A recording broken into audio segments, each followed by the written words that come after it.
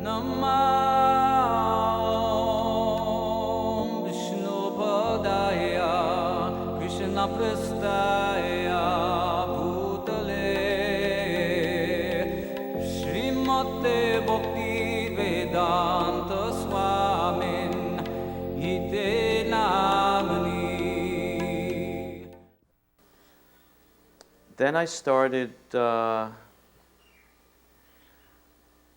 forget exactly the point I started filming with Prabhupada in 16 millimeter. And sometimes I wouldn't have film in the camera. But this was a trick I used to go out on the morning walks, I'm filming, Okay, film, camera crew. Okay, you get it. So I would go out. It wasn't any film, but so I was able to associate with Prabhupada like that. And his walks in Mayapur also. He would, just remember one thing, there was a pole sticking up and a path around it. And he said, this is a griha. He said, that pole was a griha.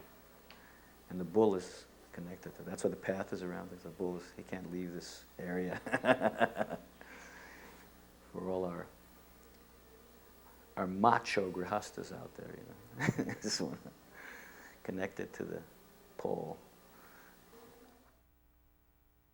I remember we went out with Prabhupada, and, as is common, some man said, Buenos dias, in Spanish to Prabhupada. And Prabhupada asked Srila Maharaj, what is he saying? He said, oh, this is a good day in Spanish. And so Prabhupada said, Buenos dias, in Spanish, he said that. So Prabhupada began his Spanish speaking at that point, Buenos dias, he said. So you didn't know Prabhupada spoke Spanish, did you? But you see the new things. Buenos dias. I was very surprised. I was very impressed. Because he said it, and the correct pronunciation was perfect, He was a great linguist, Prabhupada. We had stopped it was like a tank, a concrete tank, I think, with two crocodiles in it, And Prabhupada knew which was the male and which was the female. He was able to distinguish. I don't know how, But he was able to distinguish, this is the male, he said. And just at that time, he opens his huge mouth, and as he's doing this, Prabhupada says, no food. But it was very nicely, timing was just correct. And then he said, he is inviting us. Prabhupada's humor. Then there was the lawyers also, which I filmed that also. There were one with a beard, I think you see. That's also in Caracas. Prabhupada was preaching to them about responsibility. That the difference between state law and the laws of nature. And how in the state laws, sometimes you will not be convicted of something you do. But in the natural law of nature, you kill an ant and you will be processed. That was he was saying like that to these lawyers.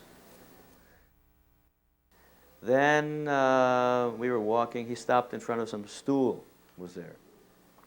And he said, they think that the dry stool, that's better. Wet stool is not so good. So similarly, they say dying a violent death is not so good. That's not good. But a quiet death, that's very, very good. He's saying like that.